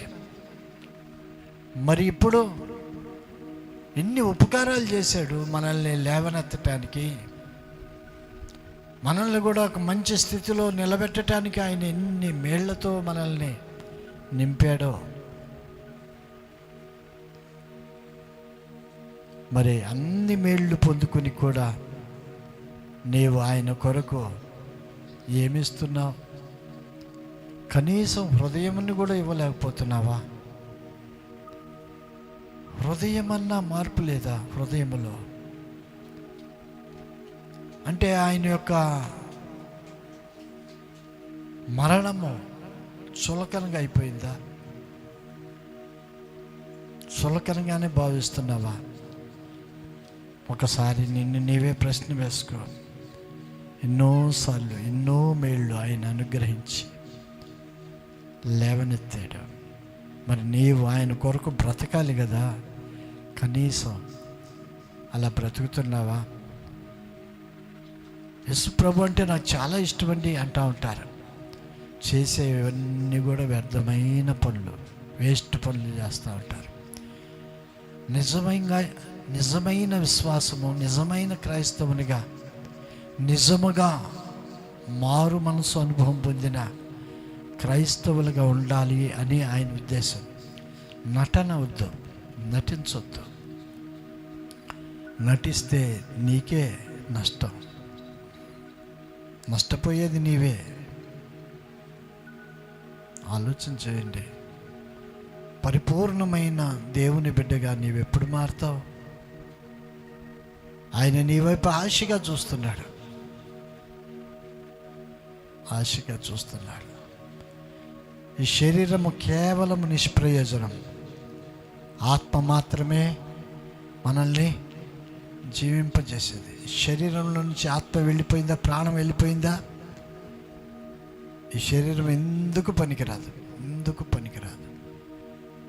ఆలోచన చేయండి. ఆయన చెంపలు నా పాపములను బట్టి కొట్టబడను. విలాప వాక్యములు 3:30.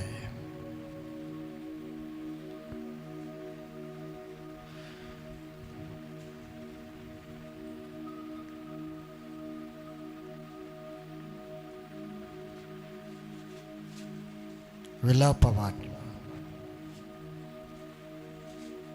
3వ అధ్యాయం 30. చూడండి, తన్ను కొట్టువాని కొరకు తన చెంపలు త్రిప్పవలె. కొట్టువానిని ఏమిటి ఇలా కొడుతున్నారని అలా గుద్దారు, ముఖం మీద పెట్టి, చెంపల మీద పెట్టి కొట్టారు. ఆ భయంకరమైన బాధను అనుభవిస్తూ వాళ్ళ కొరకు చెంపలు అలాగా అప్పచెప్పేశారు. మన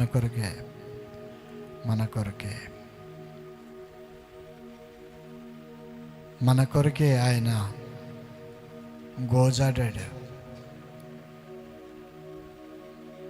లూకా సువార్తలో 23:34.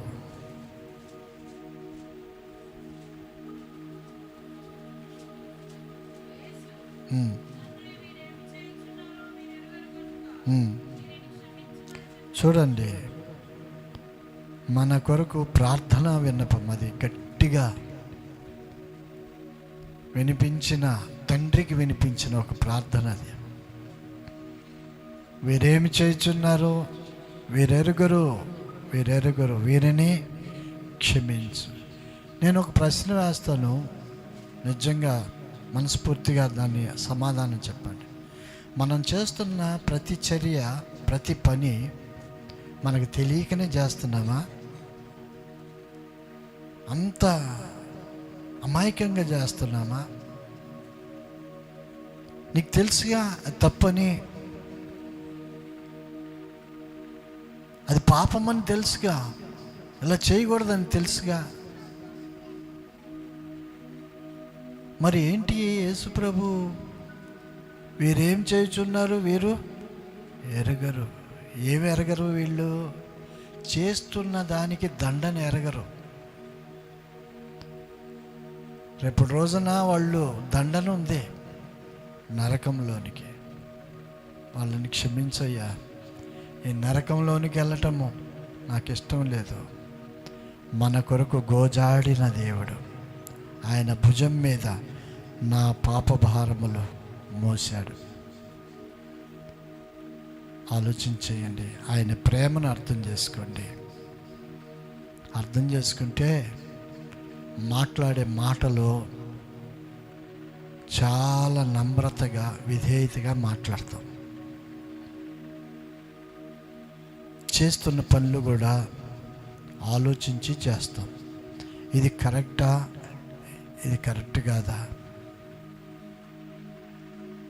ఒకవేళ నీవు సమర్థించుకుని చేస్తే దానికి దండన ఈ లోకంలో ఉంటుంది, పై లోకంలో కూడా ఉంటుంది, ఖచ్చితంగా ఉంటుంది. దండన ఖాయమే. నీకు ఎంత టైం ఇస్తున్నా కూడా మారు మనసు అనుభవంలోనికి ఇంకా రాకపోతే ఇక ఆ దేవుడు కూడా నిన్ను క్షమించలేడు. మార్పు రావాలి. కఠినాత్ముడుగా అయిపోతున్నావేమో, కఠినాత్మురాలుగా అయిపోతుందేమో నీ హృదయం. మార్చుకోవాలి. ఎంతటి శ్రమ! ఆయన పొందటానికి గల కారణం ఏంటో తెలిసిన, ఆయన ప్రేమ. శ్రమ కంటే అధికంగా ఆయన నిన్ను ప్రేమించాడు కనుకనే ఆ శ్రమను ఆయన భరించాడు. ఆయన యొక్క త్యాగం అలాంటిది. నువ్వేదో మారుతావని ఆయన ఆలోచిస్తూ ఉన్నాడు. విశ్వాసముతో మనమేమో విశ్వాసులుగా పిలువబడుతున్నాం, ఆయనేమో మనల్ని నమ్మాడు. ఇంకా పిశాచుల్లాగా తిరుగుతూ ఉన్నామేమో ఒకవేళ దేవునికి విరోధమైన భావాలతో. అలాగుంటే అది మనకే ముప్పు, కష్టం. తర్వాత ఇక దాన్ని ఎవ్వరు కూడా తొలగించలేరు. తొలగించవలసిన ఆయనే తప్పుకుంటే ఇంకే మన పరిస్థితి ఎలాగుంటుందో ఆలోచించండి. అంతటి శ్రమను భరించిన యేసయ్యకు నీ హృదయంలో స్థానం ఇస్తే అద్భుత రీతిగా నిన్ను ఆయన మరలా మంచి మనస్సాక్షి కలిగిన బిడ్డగా మారుస్తాడు. స్తోత్రం, హల్లెలూయా. లోకంలో పడిపోయి లోక చేష్టలతో ఒకవేళ ఇంకా మరలా అటువైపుగా తిరుగుతున్నావేమో, ఈరోజు ఈ సందేశం నీకే. లోకస్తుల్లాగా ఉండటానికి కాదు దేవుడు మనల్ని పిలుచుకుంది. మన యొక్క జన్మకు కారణమైన దేవుడే మన రక్షణకు కూడా కారణమయ్యాడు. స్తోత్రం, హల్లెలూయా. ఆ రక్షణ నిర్లక్ష్యం చేస్తే ఇక మన పరిస్థితి ఎలా ఉంటుందో ఒకసారి ఆలోచించుకుందాం. దేవుడి మాటలను దీవించి ఆశీర్వదించును గాక. ఆమేన్, ఆమేన్, ఆమేన్.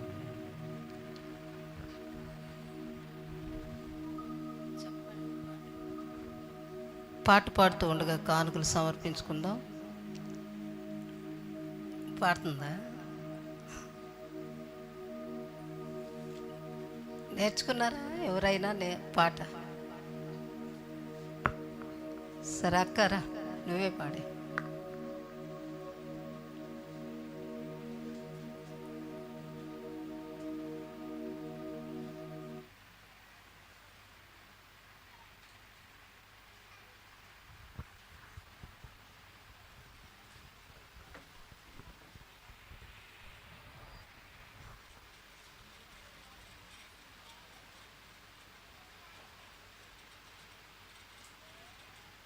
హల్లెలూయా.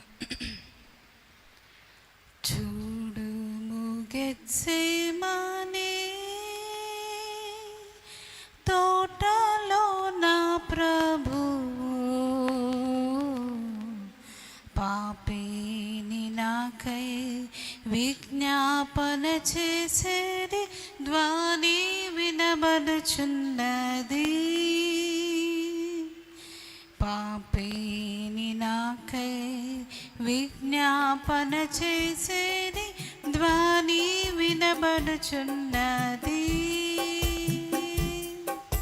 దేహమంతయు నలిగి శోకము చెందాడై దేవాది దేవుని ఏకైక సూతుడు పడు వేదనలు నా కొరకే. చూడుము గెత్సేమనే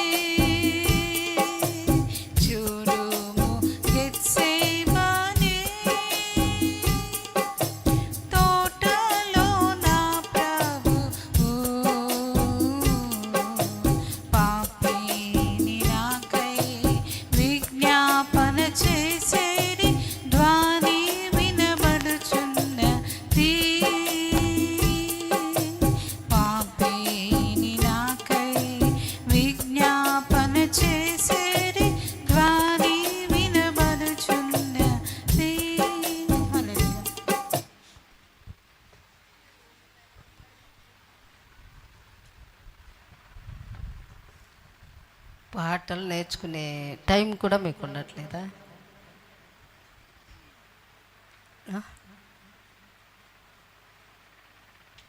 గొంతు పోయింది. నువ్వు కూడా నేర్చుకోవట్లేదా? నువ్వు నేర్చుకుంటున్నావా? రేపు పాడదు. నేర్చుకునే వాళ్ళు చెయ్యొద్దండి. ఎవరైతే సుజాతక్క, నువ్వు కూడా పని భారంతో నేర్చుకోలేకపోతున్నారు కదా. ఈ పాటలన్నీ మనకు వచ్చి ఉండాలి. ఆంధ్రప్రదేశ్ కీర్తనలు కానీ ఇవన్నీ కూడా. ఏ పాప మెరుగని అవచ్చుగా, రాదా? ఏ పాప మెరుగని యో పావనమూర్తి కానీ, అపరాధిని యేసయ్య, ఇవన్నీ పాడే చూడండి. ఆంధ్రప్రదేశ్ కీర్తనలో ఉంటాయి, లేదా 1000 గీతాల్లో ఉంటాయి. చూసి చక్కగా నేర్చుకొని, లేదా యేసన్న గీతాల్లో కూడా యేసు రక్తము పాట ఒకటి, మరలా ఇంకొక పాట ఉంది కలువరి గిరిలో. ఇవన్నీ కూడా పిల్లలు కూడా మీ ఇద్దరు నేర్చుకుంటే ఒకటి, అక్క నువ్వు ఒకటి నేర్చుకో. అలా రోజుకొకళ్ళు పాడాలి. ఆమెన్, హల్లెలూయా. ఆ రోజున మాటలు అందరూ చెప్పలేరు కాబట్టి పాటల్లో అన్నా పాల్గొండి. దేవుడు మనందరినీ కూడా దీవించి ఆశీర్వదించునుగాక. ఆమెన్. ప్రార్థన చేసుకుందాం.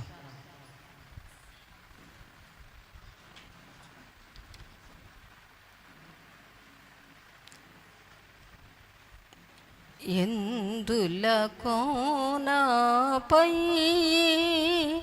ప్రేమ అందదయా స్వామి నామదికి,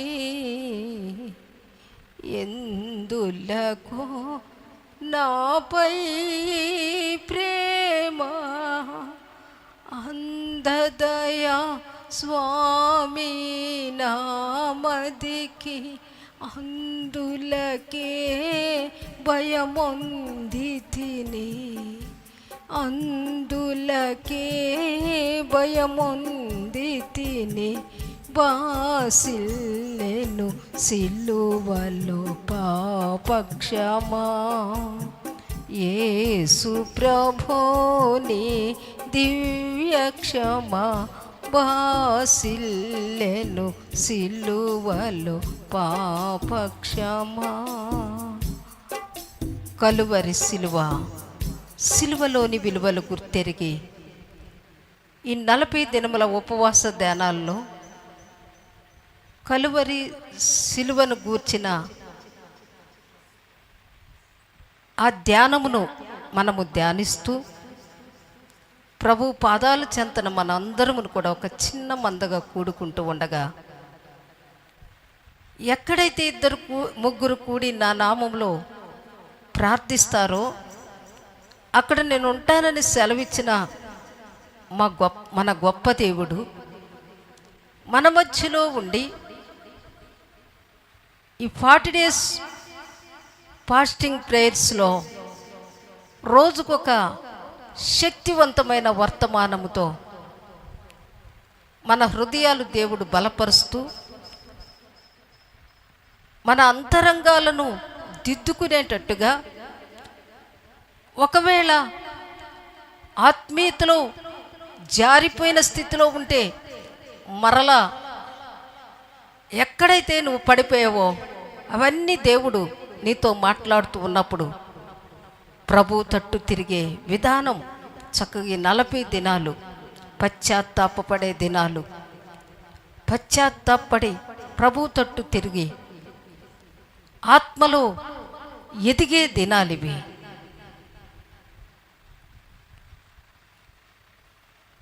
మనందరితో కూడా చక్కటి శక్తివంతమైన మాటలు. సిలువను గూర్చిన వార్త నశించిపోయే వారికి వెర్రితనము, కానీ రక్షింపబడిన మనకి దేవుని శక్తి అయ్యున్నదని నమ్మి విశ్వసించి వస్తూ ఉన్న మనందరితో కూడా ప్రభువారు సిలువలో పొందిన ఆ శ్రమలను మనకి చక్కగా వివరిస్తూ ధ్యానిస్తూ, ప్రభు అసలు ఎందుకు వచ్చారు, ఎందుకు అంత శ్రమ పడవలసి వచ్చింది అన్నది ప్రతి ఒక్కరికి తెలియాలి.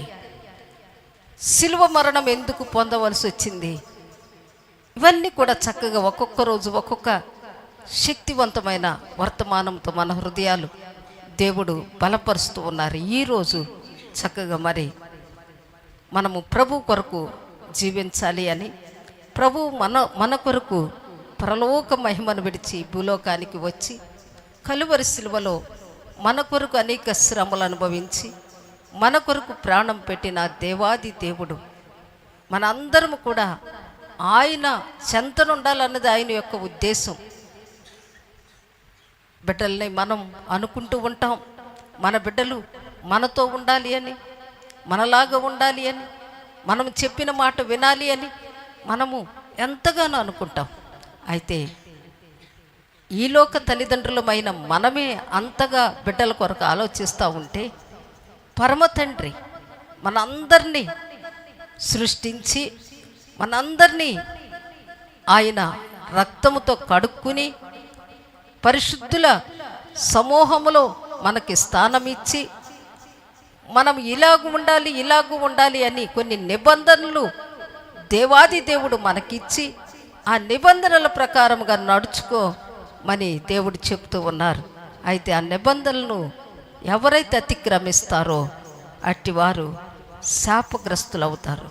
దేవుడిచ్చిన ప్రతి నిబంధన మనము అనుసరిస్తూ ఆయన మార్గంలో నడుస్తూ ఆయన రాజ్యానికి చేరుకునే వారంగా మనం ఉండాలన్నది దేవుని యొక్క ఉద్దేశం. ఆయన చెంతను ఉండాలన్నది. అందుకే మనము పాపములో ఉండి అలానే చనిపోతే ఆయన మహిమ మనం పొందుకోలేమని, ఆయన మహిమ సన్నిధిలో ఆ పరలోక పట్టణములో మహిమ కలిగిన పట్టణములో మనము వెళ్ళాలి అంటే ఖచ్చితంగా మన పాపాలు కడిగి వేయబడాలి అంటే ఒక పరిశుద్ధుని రక్తము చిందించబడాలి. కాబట్టి ఆ పరిశుద్ధుడే ప్రభు అయిన యేసయ్య మన కొరకు వచ్చి మనందరినీ రక్షించుకున్న దేవుడై ఉన్నాడు. మన కొరకు కలువరి శిలువలో బలియాగం అయిపోయాడు. వధకు తేబడిన గొర్రె వలె లోక పాపములను మోసుకుని పోవు దేవుని గొర్రెపిల్లగా వచ్చిన దేవుడు మనందరి కోసం కూడా కలువరి శిలువలో మౌనముగా బలియాగం అయిపోయాడు. మనందరి కొరకు ప్రాణం పెట్టాడు. మనందరినీ రక్షించుకోవటానికి ఆయన రక్తాన్ని చిందించాడు. మనందరము ఇవాళ ఇక్కడ కూర్చోగలిగాము అంటే ఆయన ఇచ్చిన మహాకృపే. పరిశుద్ధుల గుంపులో ఉండగలిగాము అంటే ఆయన రక్తమే మనల్ని పరిశుద్ధపరిచింది. అయితే ఇచ్చిన రక్షణ పాత్ర జాగ్రత్తగా పట్టుకుని ప్రభు వచ్చేంత వరకు కూడా నీ రక్షణ పాత్ర నువ్వు కాపాడుకుంటూ, నీ పరిశుద్ధతను నువ్వు కాపాడుకుంటూ దేవుని కొరకు ఎదురు చూసే బిడ్డగా ఉండాలి అని దేవుని యొక్క ఉద్దేశం. ఈ 40 దినాల్లో కూడా మరి ఇంకా పరిశుద్ధత నుండి అధిక పరిశుద్ధతలోనికి, మహిమ నుండి అధిక మహిమలోనికి, అలాగనే సంపూర్ణత నుండి అధిక సంపూర్ణతలోనికి మనము నడిపించబడాలి అన్నదే 40 దినాల ఉద్దేశం. మనందరమును కూడా మరి రక్షింపబడిన మన సాక్ష్య జీవితాలు మనం కాపాడుకుంటూ అనేక మందిని ప్రభు చెంతకు నడిపించే వారం ఉండాలని దేవాది దేవుడు మరి చక్కగా మరి ఇప్పటి వరకు కూడా వాక్యము ద్వారా మనతో మాట్లాడి ఉన్నారు. నీ సాక్ష్యం పోగొట్టుకుంటున్నావా? లేదు, దేవుని కొరకు నీవు బ్రతికే బిడ్డగా నీవు ఉంటున్నావా? దేవుని కొరకు నువ్వు బ్రతుకుతున్నావా? లేదు, లోకము లోక ఆశల కోసం నువ్వు జీవిస్తున్నావా? మరి ఇప్పటి వరకు ఒకవేళ లోకాశలతో దేవుణ్ణి పక్కన పెట్టేవేమో. మరి దేవుడు నీ కొరకు పొందిన ఆ భారాన్ని, శ్రమను నీవు జ్ఞాపకము చేసుకుంటూ ధ్యానిస్తూ ఉండగా ప్రభు తట్టు తిరిగి ఒక తీర్మానం తీసుకుని, ప్రభువా నీకు సాక్షిగా నేను నిలబడతానయ్యా, శక్తివంతుడా నీ బిడ్డగా నన్ను ముద్రించావయ్యా, నాకు కావలసినవన్నీ ఇస్తున్నావయ్యా, నా ప్రాణాపాయ స్థితిలో నన్ను కాపాడుకున్నావయ్యా, రేపటి దినమున నిత్య జీవ భాగ్యాన్ని కూడా నేను పొందుకోవాలి నాయన. నా పరిశుద్ధత నేను కాపాడుకుంటూ, నా సాక్షి జీవితాన్ని నేను కాపాడుకుంటూ అనేక మందిని మీ చెంతకు నడిపించే బిడ్డగా నేను ఉంటానయ్యా అంటూ యవనస్తులు అందరూ ప్రతి ఒక్కరూ కూడా ఒక తీర్మానంతో మనము ఇళ్లకు వెళ్దాం. కృపగలిగిన దేవా మీకు స్తోత్రము నాయన. విత్తబడిన వర్తమానం ప్రతి హృదయంలో నూరంతలుగా ముద్రించండి. విని వదిలేసే వారిగా కాకుండా హృదయంలో చేర్చుకుని వాక్యానుసారంగా జీవించే ధన్యత ప్రతి బిడ్డకు దయచేయండి నాయన. కూడి వచ్చిన బిడ్డలందరి మీద మీ కృపా దీవెనలు మెండుగా కుమ్మరింప చేయండి. ఈ 40 దినములు నాయన ఏకరీతిగా ఎంతమంది అయితే బిడ్డలు వస్తూ నాయన 40 దినముల ఉపవాస ధ్యానాల్లో పాల్గొంటున్నారో ప్రతి బిడ్డ ఆలోచన యావత్తు సఫలపరిచి నాయన ప్రతి కుటుంబం పట్ల మీ గొప్ప ఆశీర్వాద దీవెనలు మెండుగా కుమ్మరింప చేయండి నాయన. అలాగునే శక్తివంతుడా ఎగ్జామ్స్ రాస్తున్న ప్రతి బిడ్డ పట్ల కూడా మీ జ్ఞానం ఇచ్చి ఎగ్జామ్స్లో గొప్ప విజయాన్ని ఇవ్వండి ఆయన. అలాగునే అయ్యా మరి సంఘములో బలహీనలను కూడా తాకి స్వస్థపరచండి. రేచెల్ పట్ల కానీ కుమారమ్మ పట్ల కానీ అయ్యా ఎంతో వేదన పడుతున్నారు బిడ్డలు, స్వస్థపరచండి నాయన. మీరు పొందిన గాయములోని స్వస్థత నాయన ప్రభ, మరి మీరు పొందిన గాయముల్లో ఉన్న స్వస్థత పరమ వైద్యుడా అయ్యా. అటెళ్ళారు ఇటెళ్ళారు నాయన ప్రభ, పరమ వైద్యుడా నీవు శక్తివంతుడు. మీ గాయాల వైపుగా నీ బిడ్డలు చూస్తూ ఉండగా నాయన, మీ గాయపడిన ఆ హస్తాలలోని స్వస్థత నీ బిడ్డలకిచ్చి నాయన, సంపూర్ణ స్వస్థత బిడ్డలకిచ్చి మీకు సాక్షులుగా నిలబెట్టండి నాయన. అందరూ చెయ్యి వదిలేసినప్పుడే మీరు చెయ్యి అందిస్తారయ్యా. అందరూ వదిలేస్తారు డాక్టర్లంతా, ఇక వల్ల కాదు అని మీ చెయ్యి అందిస్తారయ్యా. అప్పుడు మాకు గుర్తుంటుంది మా దేవుడు ఎంత గొప్ప దేవుడు, డాక్టర్ల వల్ల కూడా కానిది నా దేవుడు చేశాడని నాయన ప్రభా. మరి వారికి గుర్తుండేటట్టుగా మీరు సంపూర్ణ స్వస్థత విడుదల మరి వారికి ఇచ్చి, అలాగనే సంతోషమ్మ పట్ల కానీ, అలాగనే నరసింహనాయుడు గారి పట్ల కానీ, అలాగనే ఇంకా మరి కళ్యాణి పట్ల కానీ ఆరోగ్యం ఇవ్వండి. అలాగనే ఎంతమంది అయితే ఎదురు చూస్తున్నారో మేరీ సిస్టర్ గారి పట్ల కానీ నాయన, ప్రతి అంశానికి కూడా ఇక్కడ ఇచ్చిన ప్రతి అంశానికి కూడా ఈ 40 దినాల ధ్యాన కాలంలో ప్రార్థిస్తూ ఉండగా అద్భుత స్వస్థత విడుదల అద్భుత కార్యాలు జరిగించి దీవెనకరమైన వర్షమేమని నాయన. మరి అనురాగ్ కార్నల్ యూనివర్సిటీ సీట్ కొరకు కూడా ప్రార్థిస్తూ ఉండగా అద్భుత కార్యం చేసి దీవెనకరమైన వర్షమేమని, వచ్చేసిన ప్రతి కుటుంబం మీద మీ ఆశీర్వాదాలు ఉంచమని యేసు నామమున అడుగుచున్నాము తండ్రి, ఆమేన్. పరలోకమందున్న మా తండ్రి, నీ నామం పరిశుద్ధపరచబడునుగాక, నీ రాజ్యం వచ్చునుగాక, నీ చిత్తం పరలోకమందు నెరవేరినట్లు భూమి యందు నెరవేరునుగాక. మనుదిన ఆహారం నేడు మా దయచేయండి. మా ఇళ్ళ అపరాధం చేసిన వారిని మేము క్షమించిన ప్రకారం మా అపరాధములు మీరు క్షమించండి. మమ్మల్ని శోధనలోనికి తేక కీడు నుండి తప్పించండి. రాజ్యము, శక్తి, మహిమ నిరంతరము నీవే అయినావు తండ్రి, ఆమేన్. ప్రభు యేసు రక్తమునకు జయం, అపవాది క్రియలకు లయం. ప్రభు యేసు రక్తమునకు సంపూర్ణ విజయం, అపవాది క్రియలకు అనంత నాశనం. హల్లెలూయ, హల్లెలూయ, హల్లెలూయ. స్తోత్రం, స్తోత్రం, స్తోత్రం. ఆమేన్, ఆమేన్, ఆమేన్. మన తండ్రి అయిన దేవుని ప్రేమ, కుమారుడైన యేసు వారి కృప, పరిశుద్ధాత్మదేవుని అన్యోన్య సహవాసం ఇప్పుడు ఎల్లప్పుడూ సదాకాలం మనకును సకల పరిశుద్ధులకు తోడయ్యుండును గాక.